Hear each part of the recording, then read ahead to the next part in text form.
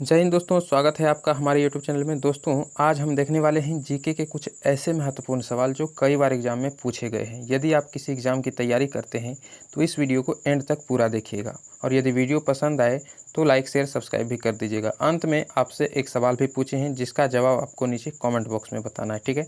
तो चलिए शुरू करते हैं आज का क्लास। पहला सवाल है हमारा, आगरा शहर को किसने बसाया? सिकंदर लोदी, अकबर, बहलोल लोदी या शाहजहां ने? बहुत ही फेमस सवाल है, वीवीआई लगाइएगा इसमें। इसका राइट आंसर जो हो जाएगा वो होगा ए, यानी कि सिकंदर लोदी ने, ठीक है। आगरा शहर को किसने बसाया था? तो सिकंदर लोदी ने बसाया था, ठीक है। अगले सवाल पे चलते हैं और सवाल नंबर दूसरा देखते हैं। राष्ट्रीय प्रतीक के निचले भाग में उत्कीर्णित शब्द सत्यमेव जयते किस संदर्भ से लिए गए हैं? पुराण, जातक, मुंडकोपनिषद या महाभारत से? बहुत ही फेमस सवाल है ये भी। इसका right answer option number C लगाइएगा, यानी कि मुंडकोपनिषद से लिया गया है। सत्यमेव जयते जब भी पूछे कहाँ से लिया गया है तो Mundakopanishad is the right answer हो जाएगा, मुंडकोपनिषद लगाइएगा। अगला सवाल है हमारा 3 नंबर सवाल, अशोक के शिलालेखों की लिपि क्या है? गुरुमुखी, ब्राह्मी, देवनागरी या हेरोग्लाइफिक्स? दोस्तों, इसका जो राइट आंसर होगा वो होगा बी, यानी कि ब्राह्मी लिपि, ठीक है। अशोक के शिलालेखों की लिपि अगर पूछे तो फटाक से लगाइएगा ब्राह्मी लिपि, ठीक है। अगले सवाल पे चलते हैं और सवाल नंबर चौथा देखते हैं। बिहू निम्नलिखित में से किसका लोकप्रिय उत्सव है? यानी कि किस राज्य का लोकप्रिय उत्सव है? उत्सव देख लीजिए, यहाँ पे उत्सव बोला गया है। असम, उड़ीसा, बिहार या बंगाल? तो दोस्तों, इसका राइट आंसर लगाइएगा ऑप्शन नंबर ए, यानी कि असम का बहुत ही फेमस उत्सव है असम का बिहू, ठीक है, याद रहेगा। अगले सवाल पे चलते हैं और सवाल नंबर 5वां देखते हैं। विवेकानंद रॉक मेमोरियल कहाँ स्थित है? ऑप्शन है आपका अंडमान निकोबार, लक्षद्वीप, केरल या तमिलनाडु? तो दोस्तों, इसका जो राइट आंसर हो जाएगा वो होगा डी, यानी कि तमिलनाडु में स्थित है, ठीक है। विवेकानंद रॉक मेमोरियल जो है वो कहाँ है? तमिलनाडु में स्थित है। अगले सवाल पे चलते हैं और सवाल नंबर 6 देखते हैं। महात्मा गांधी को राष्ट्रपिता के रूप में उल्लेख सबसे पहले किसने किया था? यानी कि सबसे पहले महात्मा गांधी को राष्ट्रपिता के रूप में किसने पुकारा था? ऑप्शन है आपका सुभाष चंद्र बोस, जवाहरलाल नेहरू, वल्लभ भाई पटेल या फिर इनमें से कोई नहीं? तो दोस्तों, इसका राइट आंसर हो जाएगा ऑप्शन नंबर ए, यानी कि सुभाष चंद्र बोस, ठीक है। महात्मा गांधी को राष्ट्रपिता के रूप में सबसे पहले सुभाष चंद्र बोस ने पुकारा था, ठीक है। अगले सवाल पे चलते हैं और सवाल नंबर 7वां देखते हैं। 7वां सवाल है हमारा, प्रथम गोलमेज सम्मेलन कहाँ हुआ था? बहुत ही इंपॉर्टेंट सवाल है, इसमें भी आप वीवीआई लगा लीजिएगा।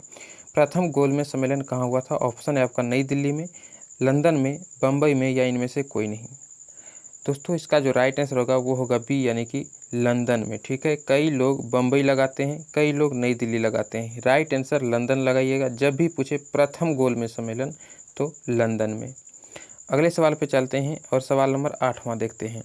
देश का लौह पुरुष के नाम से किसे जाना जाता है? ऑप्शन है आपका सरदार पटेल, पंडित जवाहरलाल नेहरू, महात्मा गांधी या लोकमान्य तिलक? तो दोस्तों, इसका right answer option number A हो जाएगा, यानी कि सरदार पटेल को देश का लौह पुरुष के नाम से जाना जाता है, ठीक है। लौह पुरुष जब भी कहे तो सरदार पटेल, फटाक से लगाइएगा।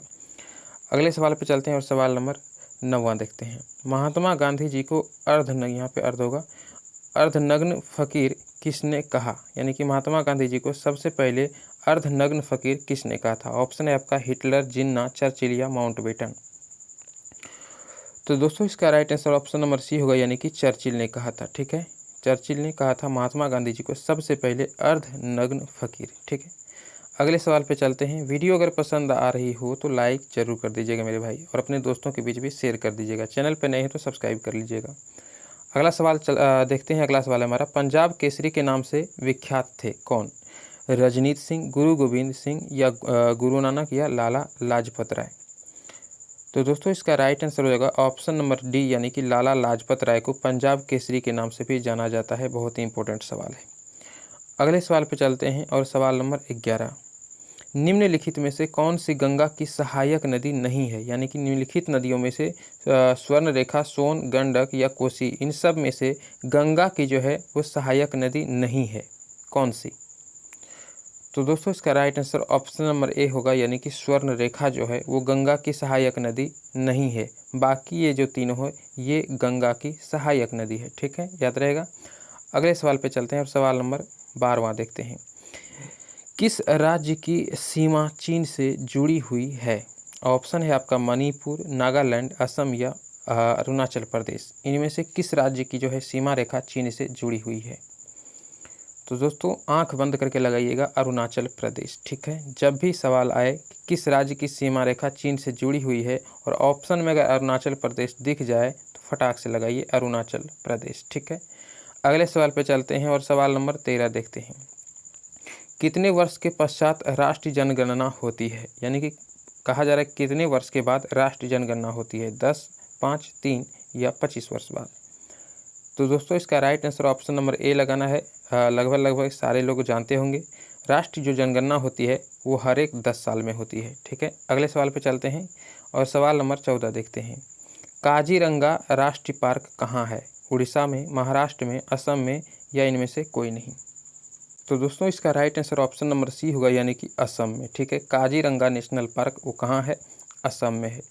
अगले सवाल पे चलते हैं और सवाल नंबर 15 देखते हैं।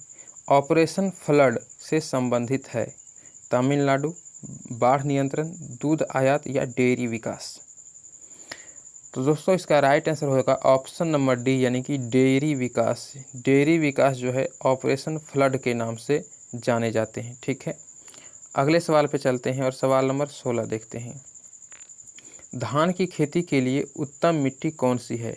ज्योग्राफी से पूछा गया सवाल है, कई बार एग्जाम में पूछा गया है। इस सवाल में भी आप VVI लगा लीजिएगा।